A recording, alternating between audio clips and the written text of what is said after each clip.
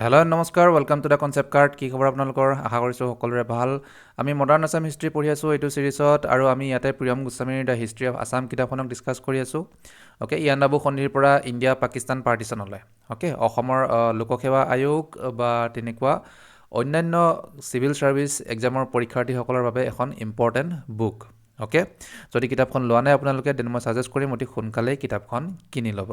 আৰু আমাৰ ভিডিঅ'বোৰৰ সমান্তৰালকৈ কিতাপখন ফ'ল' কৰি যাব। ঠিক আছে, আমি আগন্তুক দিনত মডাৰ্ণ আছাম হিষ্ট্ৰীৰ শ্বৰ্ট নোট প্ৰভাইড কৰিম। চ' আমাৰ টেলিগ্ৰাম চেনেলটো আপোনালোকে জইন কৰি ল'ব। নাও ইতিমধ্যে আমি 3টা চেপ্টাৰ কমপ্লিট কৰিছোঁ। আজিৰ পৰা আমি 4 নম্বৰ, অ'কে, 4th চেপ্টাৰ, 4ৰ্থ অধ্যায় আমি আৰম্ভ কৰিম। অ'কে, চ' আৰু আমি জানি আহিছোঁ ইতিমধ্যে, আমি পঢ়ি আহিছোঁ যে 1828 চনত নামনি অসম ব্ৰিটিছসকলে এনেক্স কৰি ল'লে। অ'কে, সংযোজন কৰি ল'লে ব্ৰিটিছ সাম্ৰাজ্যত। তাৰপিছত 1838 চনত 38, অ'কে, 1838 চনত উজনি অসমো তেওঁলোকে ব্ৰিটিছ সাম্ৰাজ্যত সংযোজন কৰি ল'লে, আৰু তাৰ লগে লগে 600 বছৰীয়া আহোম ৰাজতন্ত্ৰৰ তাতে সমাপ্ত হ'ল। অ'কে, আৰু তাৰ সমসাময়িকভাৱে শদিয়া আৰু মটক অঞ্চলো ব্ৰিটিছসকলে দখল কৰি ল'লে। চ' এতিয়া সমগ্ৰ ব্ৰহ্মপুত্ৰ উপত্যকা ব্ৰিটিছসকলৰ অধীনত। ঠিক আছে, এতিয়া তেওঁলোকে কি কৰিব? এতিয়া তেওঁলোকৰ যিটো নিয়ন্ত্ৰণ, অ'কে, তেওঁলোকৰ কণ্ট্ৰল এই অঞ্চলত আৰু অধিক মজবুত কৰিব। অ'কে, আৰু তাৰ বাবে কিছুমান ব্যৱস্থা তেওঁলোকে ইয়াতে ৰূপায়ণ কৰিব, নতুন কিছুমান পদক্ষেপ ল'ব। অ'কে, ৰিফৰ্মছ আনিব, তেনেকুৱা ধৰণৰ। চ' এইটো চেপ্টাৰৰ টাইটেল হৈছে কনচলিডেশ্যন অফ পাৱাৰ। অ'কে, তেওঁলোকে তেওঁলোকৰ যিটো ভেটি, অ'কে, তাক আৰু অধিক মজবুত কৰিব, যাৰ বিষয়ে আমি ইন ডিটেইল পঢ়ি যাম। ঠিক আছে, আৰু আজিৰ ভিডিঅ'ত আমি অলপ বেছিক ইণ্ট্ৰডাকশ্যনখিনি পঢ়িম। অ'কে, বেকগ্ৰাউণ্ড আৰু যিবোৰ ইনিচিয়েল ফেজ, অ'কে, ইনিচিয়েল ফেজত ব্ৰিটিছসকলে কি কি সমস্যাৰ সন্মুখীন হৈছিল তাৰ বিষয়ে আমি চাম। চ' এইখন হৈছে আমাৰ চেপ্টাৰ লিষ্ট, দেন এইখিনি আমাৰ চেপ্টাৰৰ হাইলাইটছখিনি। অ'কে, নাও ইয়াতে আপোনালোকক জনাই দিওঁ যে ইয়াতে টোটেল 5টা হাইলাইট দিয়া আছে কিতাপখনত। অ'কে, কিন্তু আমাৰ সুবিধা হোৱাকৈ মই টোটেল 6টা পাৰ্টত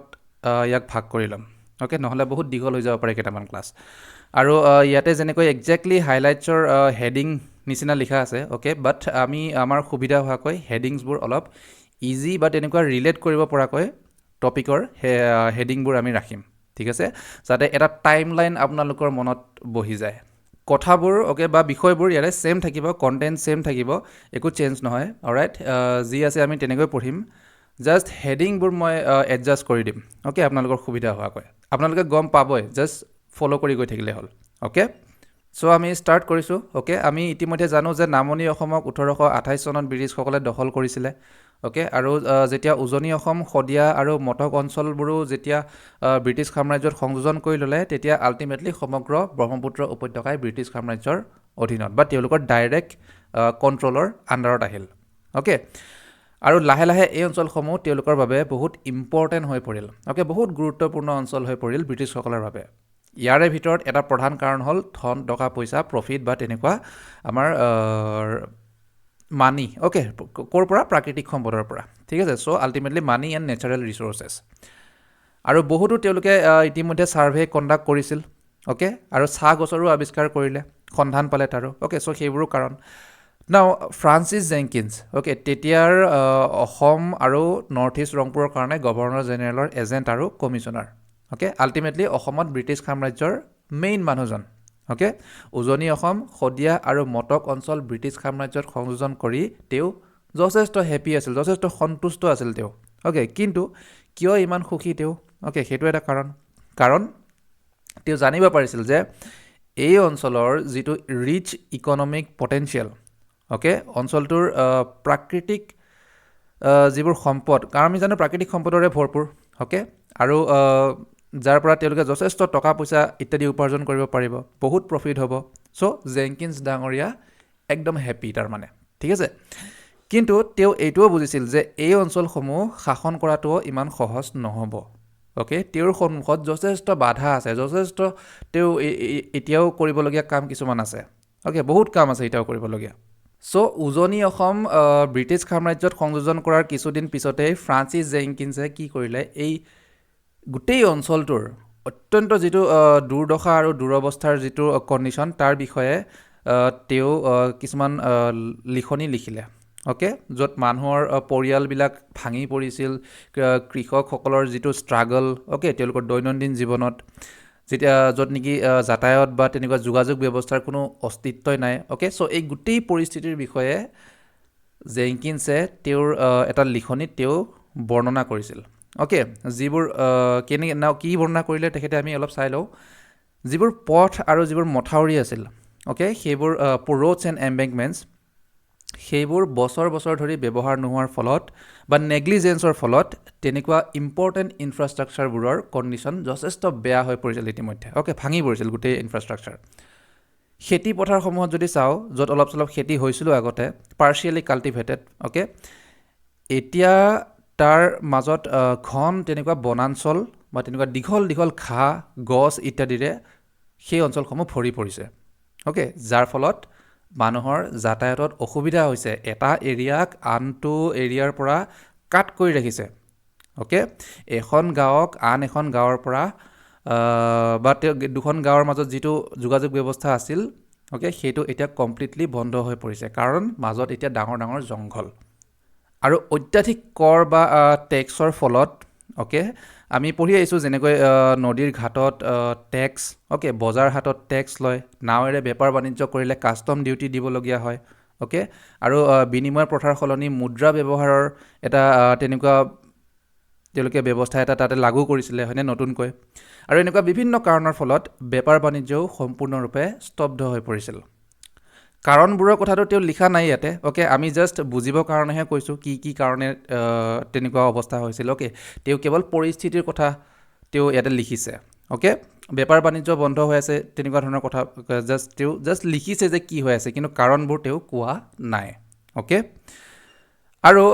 আমি জানো যে ইয়াতে সমাজত তেতিয়া এটা উচ্চ শ্ৰেণীৰ বা এটা অভিজাত শ্ৰেণীৰ লোকসকলে অ'কে বৰগোহাঁই বুঢ়াগোহাঁই বা তেনেকুৱা ৰাজ পৰিয়ালৰ লোকসকলে কি কৰিছিল এই অঞ্চলটোক তেওঁলোকে ছ'চিয়েলি কণ্ট্ৰল কৰি ৰাখিছিল সমাজত তেওঁলোকৰ যথেষ্ট প্ৰভাৱ আৰু নিয়ন্ত্ৰণ আছিল অ'কে এৰিষ্ট্ৰক্ৰেচি অ'কে তেওঁলোকে সাধাৰণ শ্ৰেণীৰ লোকসকলক দাস হিচাপে ব্যৱহাৰ কৰিছিল অ'কে শ্লেভ হিচাপে তেওঁলোকে ব্যৱহাৰ কৰিছিল ইয়াৰ উপৰি খেতিয়ক আৰু শ্ৰমিকসকলৰ ওপৰত অত্যাধিক টেক্স তেওঁলোকে জাপি দিছিল অ'কে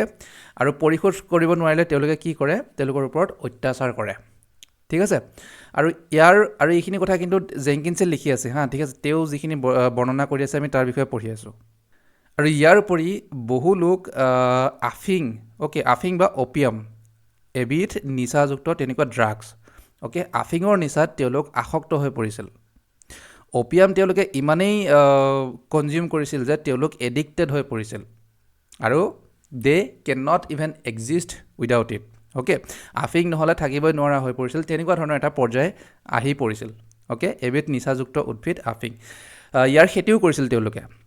এই সকলোবোৰ কথা জেংকিন্সে তেওঁৰ লিখনিত বৰ্ণনা কৰিছিল ঠিক আছে নাও এতিয়া এনেক্সেশ্যনৰ পিছত জেংকিন্সে তেওঁৰ প্ৰশাসনিক কাম কাজবোৰ যেতিয়া আৰম্ভ কৰিব ল'লে অফিচিয়েল কামবোৰ অ'কে তেতিয়া তেওঁ বহুতো কিছুমান ডাঙৰ ডাঙৰ আৰু জটিল অসুবিধাৰ তেওঁ সন্মুখীন হ'ল অ'কে প্ৰশাসন ব্যৱস্থাত যথেষ্ট বিশৃংখলতা আৰু বিসংগতি অ'কে কেঅটিক আৰু যিসকল অফিচাৰ আছিল লেণ্ড এছেছমেণ্টৰ নামত তেওঁলোকে অত্যাধিক ৰাজহ তেওঁলোকে লোৱাৰ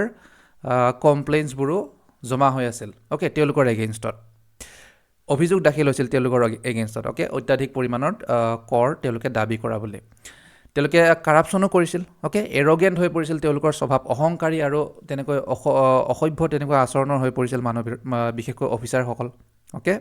আৰু এনেকুৱা পৰিস্থিতিত অসমৰ দৰে এটা বৃহৎ বা এটা বিশাল অঞ্চলৰ এডমিনিষ্ট্ৰেশ্যন চলোৱাৰ দায়িত্ব কাৰ আহি পৰিছিল ফ্ৰান্সিছ জেংকিন্সৰ অ'কে যিটো অঞ্চলৰ অৰ্থনীতি বছৰ বছৰ ধৰি ৰাজনৈতিক অস্থিৰতা আৰু তেনেকুৱা সংঘাতৰ ফলত ধ্বংসস্তূপত পৰিণত হৈছিল আৰু এডমিনিষ্ট্ৰেশ্যনৰ কামবোৰক আৰু অধিক কঠিন কৰি তুলিছিল অঞ্চলটোৰ নেগলিজিবল ট্ৰান্সপৰ্ট আৰু কমিউনিকেশ্যন নেটৱৰ্কে অ'কে যাতায়াত আৰু যোগাযোগ ব্যৱস্থাৰ অভাৱৰ ফলত এডমিনিষ্ট্ৰেশ্যনৰ প্ৰশাসনৰ যিবোৰ কাম আছিল সেইবোৰ আৰু বেছি জটিল হৈ পৰিছিল ইয়াৰ উপৰি এনেকুৱা ধৰণৰ কণ্ডিশ্যন আছিল অ'কে চ' জেংকিন্স আমি জানো তেওঁ আটাইতকৈ পাৱাৰফুল পজিশ্যনত আছে অসমৰ এডমিনিষ্ট্ৰেশ্যনৰ অ'কে য'ত এতিয়াও কোনো ধৰণৰ ৰেগুলেশ্যনছ বা তেনেকুৱা নতুন নিয়ম কানুন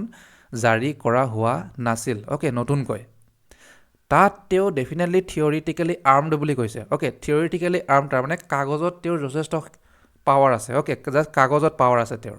কিন্তু নিজাববীয়াকৈ অ'কে ইন ৰিয়েলিটি তেওঁ একো কৰিব নোৱাৰে অ'কে হিজ হেণ্ডছ ৱেৰ টাইট কিয় কাৰণ যিকোনো সিদ্ধান্ত ল'বৰ কাৰণে তেওঁ প্ৰথমে কি কৰিব লাগে কলিকতাৰ ব্ৰিটিছ কৰ্তৃপক্ষক অ'কে ব্ৰিটিছ কৰ্তৃপক্ষৰ পৰা তেওঁ প্ৰথমে অনুমতি ল'ব লাগে এপ্ৰুভেল ল'ব লাগে বিশেষকৈ ফাইনেন্সিয়েল বিষয়বোৰত অ'কে এক দীঘলীয়া প্ৰচেছ কাৰণ টেলিফোনো নাছিলে তেতিয়া অ'কে চ' বহুত টাইম কনজিউমিঙো আছিলে অ'কে চ' আল্টিমেটলি কি হ'ল যাৰ ফলত গোটেই প্ৰচেছবোৰ যিকোনো এটা ইম্পৰ্টেণ্ট সিদ্ধান্ত বা ইম্পৰ্টেণ্ট ডিচিশ্যন এটা ল'ব যদি তেওঁ বিচাৰে বহুত পলম হৈ যায় অ'কে কাৰণ আকৌ পুনৰ কলিকতালৈ বাৰ্তা পঠিয়াব লাগিব তাৰ পৰা আকৌ এপ্ৰুভেল আহিলেহে তাৰ পিছতহে তেওঁ কামখিনি আগুৱাই লৈ যাব পাৰে অ'কে চ' আল্টিমেটলি তেওঁলোকৰ ডিলে হৈ যায় ইয়াৰোপৰি তেওঁ কি কৰিছে কি ব্যৱস্থা লাগু কৰিছে অ'কে তাৰ বিষয়েও তেওঁ নিয়মিতভাৱে ব্ৰিটিছ কৰ্তৃপক্ষক বা তেওঁলোকৰ উচ্চ বিষয়াসকলক জনাই থাকিব লাগে অ'কে ইনফৰ্ম কৰি থাকিব লাগে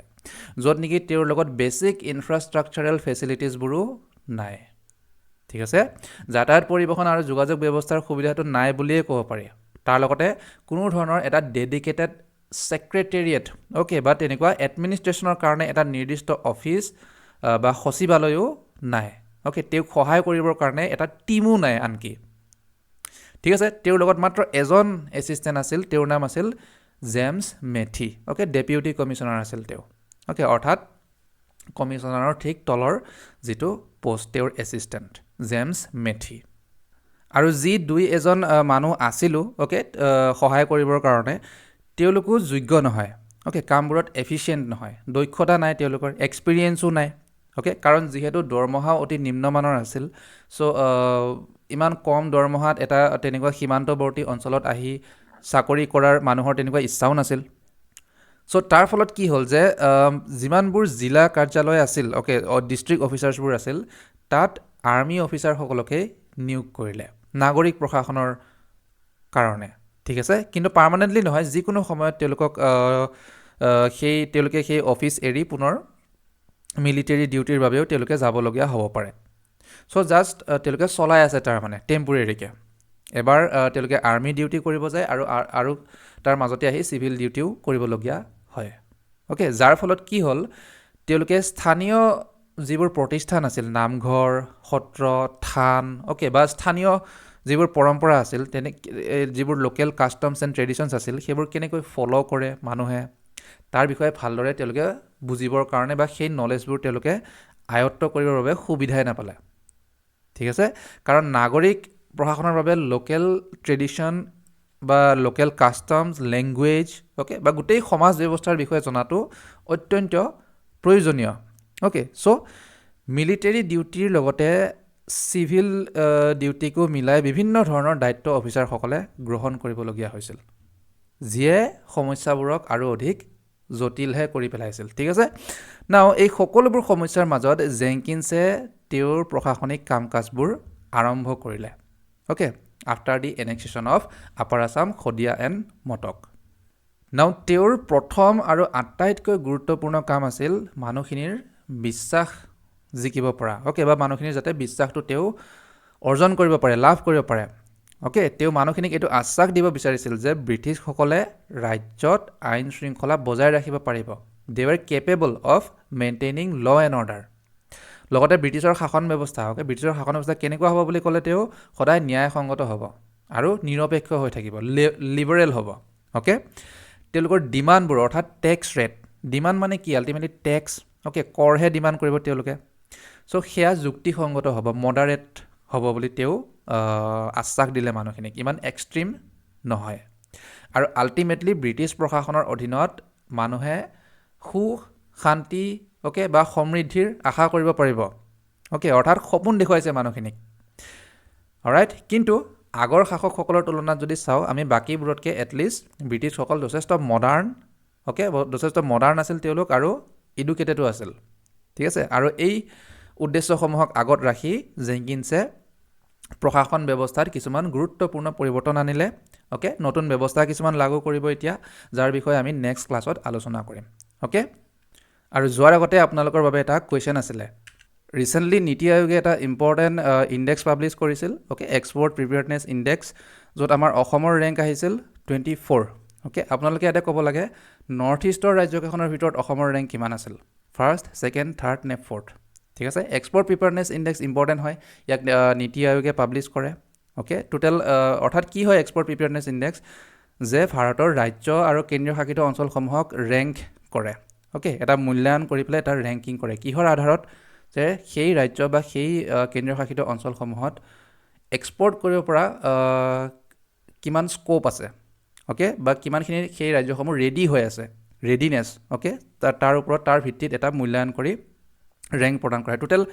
ইয়াতে চাৰিটা পিলাৰ তাতে তেওঁলোকে ইউজ কৰে চাৰিটা ফেক্টৰ তাতে ইউজ কৰে নীতি আয়োগে এটা হ'ল এক্সপৰ্ট ইনফ্ৰাষ্ট্ৰাকচাৰ কেনেকুৱা হয় ঠিক আছে এক্সপৰ্ট ইনফ্ৰাষ্ট্ৰাকচাৰত আল্টিমেটলি ট্ৰান্সপৰ্ট এণ্ড কমিউনিকেশ্যন ছিষ্টেমৰ বিষয়ে চাব ঠিক আছে তেনেকুৱা ধৰণৰ দেন বিজনেছ ইক'ছিষ্টেম কেনেকুৱা ধৰণৰ হয় পলিচি কেনেকুৱা ধৰণৰ হয় সেই ৰাজ্যখনত অ'কে বা সেই ইউটি হ'লেতো ডাইৰেক্ট চেণ্টাৰৰ পৰা